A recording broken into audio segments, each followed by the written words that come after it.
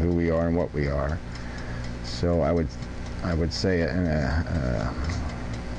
perhaps an appropriate analogy would be the rat in the maze. The rat can be very clever and get through the maze and get its cheese and do all this stuff, but it's in a maze. It's in this controlled little box, and it only acts on this very crude level. And as humans, we're sort of empowered now, accidentally, as a consequence of this intelligence that gave us this bigger brain. We're capable of doing things nature didn't necessarily intend, but it's a consequence that happened, that we have this ability to look outside of the programming, nature's programming, to create our own programming, to recondition ourselves. As you may have noticed, there were some audio problems in the production of this CD, the DVD, and so I had to make this edit of the soundtrack, and so we'll finish up this program this way. I'm going to just jump ahead through the second segment, and so there'll be a couple of harsh edits here. But anyway, getting back to the subject, I was making the point that our intelligence allows us to step beyond our natural conditioning, our natural psychology.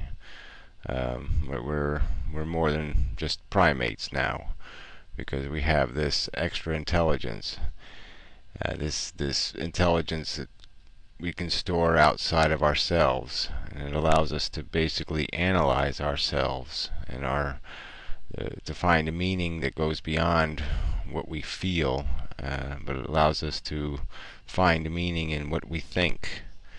And so in viewing life, like I said, once you step beyond the a simple religious definition, what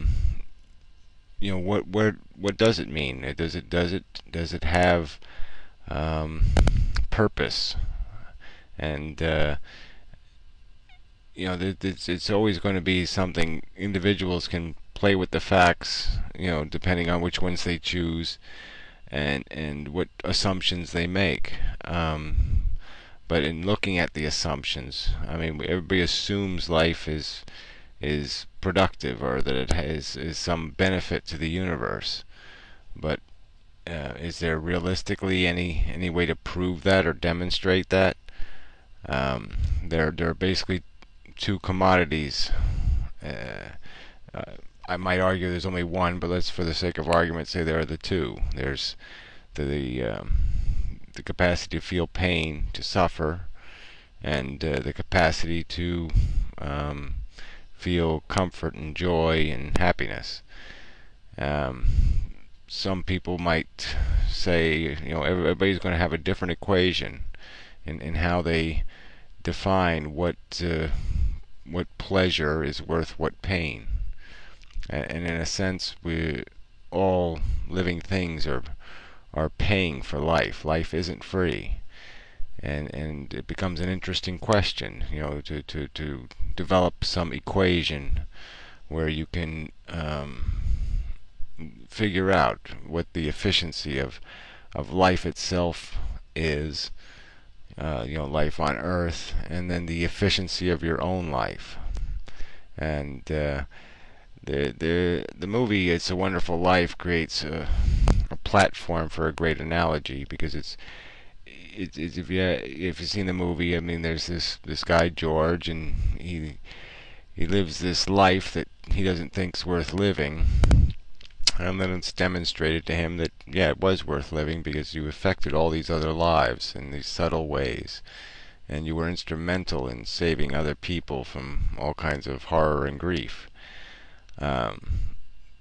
It's intended to be a happy story, a Christmas story, and so that's what it is. But it can be turned, by just simply playing with the facts. In one part of the movie, he saves his brother's life, and the story goes that his brother was, saves all these other people in war by shooting down a kamikaze pilot. Well, what if the kamikaze pilot was going to come up with a cure for cancer if he had lived? All of a sudden, then George saving his brother, and his brother doing this honorable thing of saving all the men on the transport. All of a sudden, these good deeds turn into, actions that didn't do the human race any good. They were a detriment to the human race, because the human race would have profited much more from a cure from cancer. So, in this calculation is all this ambiguity, all these little subtleties where we, even if we can define what makes sense or what's good in principle, we can never be sure that the end result, when you take it through all of its permutations, if somebody would have killed Adolf Hitler, in 1930, would the world be a better place? I mean, in some strange way, did World War II do the world some good? I mean, would Japan have attacked if Germany hadn't? And you have all these questions, and what would have happened, to the world if there was no World War II? And it's just not a certain answer. You can't say for sure, oh yes, this would have happened, everything would have been fine, blah blah blah. It's unfortunately we just don't have the capacity to know what all those permutations are. But I'm not arguing for what we can't do. What I'm arguing for is what we can do, and we can understand